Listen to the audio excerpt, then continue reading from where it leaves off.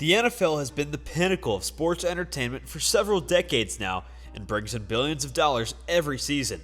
However, in recent years, the NFL has lost some viewership and money due to a lack of fan interest. While it's extremely rare for the NFL to be completely disbanded, the NFL is trending in the wrong direction, and something needs to be done before it becomes too late. Welcome back to our channel, and today we're going to be going over why the NFL is going downhill. Sit back and enjoy. First up, what isn't a penalty? The NFL used to be known for bone-crushing hits and devastating blows on both sides of the ball. It is what helped the NFL rise in popularity in the 70s and 80s. However, due to recent studies showing the damage that several concussions can do to the brain over time, specifically CTE, the NFL has tried to protect their players to prevent this. Yet in the process, the NFL has gotten to a point where nearly everything is penalized for roughing or unsportsmanlike conduct.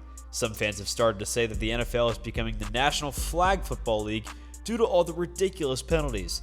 The game has essentially been taken over by officiating and penalties, which is the worst thing that can happen for any major professional sport. Once officials take control of the game, more and more fans stop watching the sport due to the excess of penalties. Trying to protect your players is absolutely the right move by the NFL and should be done by every league with pro athletes. However, the NFL needs to find a balance between protecting players and going overboard with the flags. Otherwise, it could be a very long couple of seasons for the NFL and its fans. Next up, suspensions are severely inconsistent. There have been several players throughout the history of the NFL who have been suspended or have done something suspension-worthy. For the most part, the NFL has done an adequate job of suspending said players for at least a couple of games. Yet that's also the issue. The NFL just recently gave Calvin Ridley a 1-year suspension for gambling on games that he wasn't even playing in. But the NFL has yet to suspend Deshaun Watson despite there being 24 allegations of sexual assault or misconduct against him. Josh Gordon has been suspended 6 times over the course of his career for substance abuse and the use of alcohol. Yet players like Ray Rice only got suspended for 2 games after video leaked of him knocking out his girlfriend and dragging her out of an elevator. Tyreek Hill didn't even get suspended after he allegedly abused his child.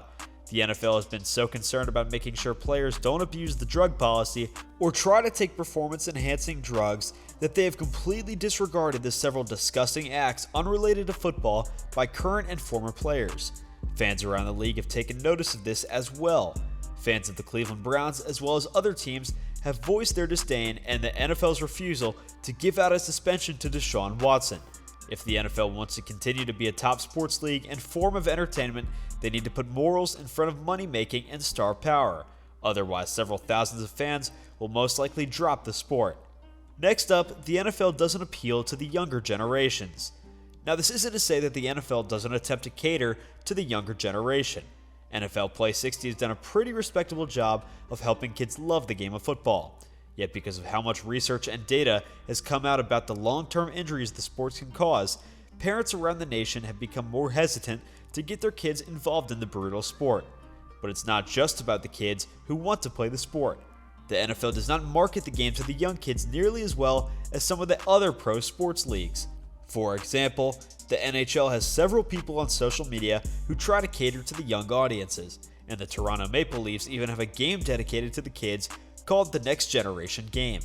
The NBA has found a way to keep kids involved in the sport, mostly by allowing their players to have their own personalities and allowing them to express themselves on social media, which in turn makes the younger audiences more attracted to certain players or teams based on off-court performances rather than on-court ones. Even Formula 1 has done a remarkable job catering to the young crowd. The majority of F1 teams put out little fun videos where their drivers will participate in a fun game, a Q&A, or even a behind the scenes of what goes down on race day. Plus, the official Formula 1 YouTube account has a series called Grill the Grid, which allows many fans to watch every driver compete in a game, and you get to see the more personal side of each driver. The most notable thing that the NFL has done to cater to the younger audiences was the release of the NFL Rush Zone, a TV series that was released in 2010 and aired for 3 seasons. Since then, the NFL has essentially abandoned anything directed towards kids until a few seasons ago when they started showing NFL playoff games on Nickelodeon. Hopefully the NFL will continue to broadcast on Nickelodeon in hopes that they can keep the younger generation attracted to the sport. Obviously, it would take a much more noticeable decrease in viewership and fan interaction for the NFL to consider it a problem. Yet given the trends as of late within the league, it would not be surprising to see a major drop in support of the league as a whole. But with that, that's all the time that we have for today's video, so thank you so much for watching. Be sure to smash that like button, subscribe to our channel, and ring that post notification bell so that you never miss a video. We'll see you guys next time.